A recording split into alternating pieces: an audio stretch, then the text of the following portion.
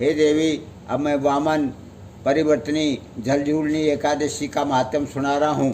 धर्मराज युधिष्ठिर बोले कि हे भगवान, भादों की शुक्ल पक्ष की एकादशी का नाम तथा विधि क्या है? उस एकादशी के व्रत को करने से कौन सा फल मिलता है तथा उसका उपदेश कौन सा है, सो सब कहिए। श्री कृष्ण भगवान बोले कि हे राजश्रेष्ठ, अब मैं उनके अनेक पाप नष्ट करने वाली, तांत में स्वर्ग देने वाली भादों की शुक्ल पक्ष की वामन नाम की एकादशी की कथा कहता हूँ। इस एकादशी को जयंती एकादशी भी कहते हैं।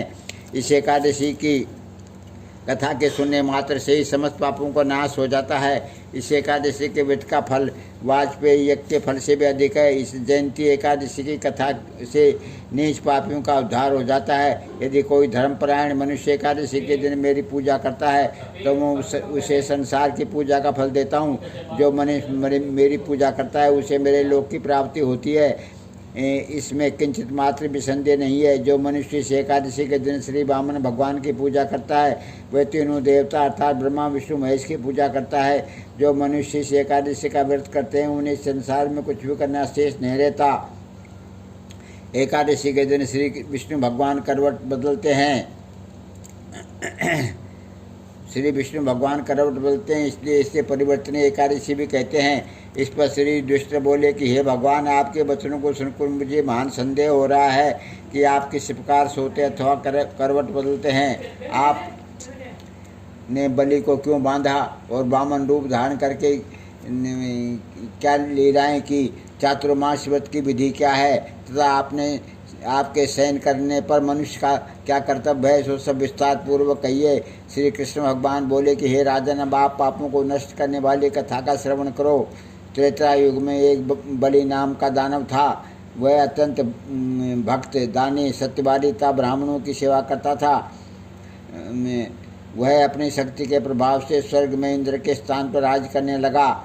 इंद्र तथा अन्य देवता इस बात को सहन नहीं कर सके और भगवान के पास प्रार्थना करने लगे। अंत में भगवान ने वामन रूप धारण किया। मैंने अत्यंत तेजस्वी ब्राह्मण बालक के रूप में राजा बलि को जीता।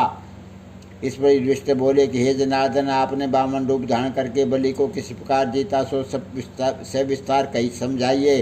श्री कृष्ण भगवान बोले कि हे राजन, मैंने वामन का रूप धारण करके राजा बलि से याचना की कि राजन, तुम 3 पैर भूमि दे दो, इससे तुम्हारे लिए 3 लोक दान का फल प्राप्त होगा। राजा बलि ने इस छोटी सी याचना को स्वीकार कर लिया और भूमि देने को तैयार हो गया। तब मैंने अपने आकार को बढ़ाया और भूलोक में पैर, भूलोक में जंघा, स्वर्गलोक में कमर, महलोक में पेट, जनलोक में हृदय, तपलोक में कंठ और सत्यलोक में मुख रखकर अपने सिर को ऊंचा उठा लिया। उस समय सूर्य, चंद्र, नक्षत्र, इंद्र तथा अन्य देवता आदि शास्त्रानुसार मेरी स्तुति करने लगे। उस समय राजा बलि को पकड़ा और पूछा कि हे राजन, अब मैं तीसरा पैर कहाँ रखूँ? इतना सुनकर राजा बलि ने अपना सिर नीचा कर लिया। उस पर मैंने अपना तीसरा पैर रख दिया और वह भक्त दानव पाताल को चला गया। जब मैंने उसे अत्यंत विनीत पाया तो मैंने उससे कहा कि हे बलि, मैं सदैव तुम्हारे पास ही रहूँगा। भादों के शुक्ल पक्ष की एकादशी को परिवर्तनी नामक एकादशी के दिन मेरी एक प्रतिमा राजा बलि के पास रहती है और इस एक क्षीर सागर में शेषनाग पर शयन करती रहती है। इस एकादशी को विष्णु भगवान सोते हुए करवट बदलते हैं। इस दिन त्रिलोकी के नाथ श्री विष्णु भगवान की पूजा की जाती है। इसमें चावल और दही सहित रूपा का दान दिया जाता है। इस दिन रात्रि को जागरण करना चाहिए। इस प्रकार व्रत करने से मनुष्य समस्त पापों से मुक्त होकर स्वर्गलोक को जाता है। जो इन पापों को कष्ट करने वाली कथा को सुनते हैं उन्हें अश्वमेध यज्ञ का फल मिलता है।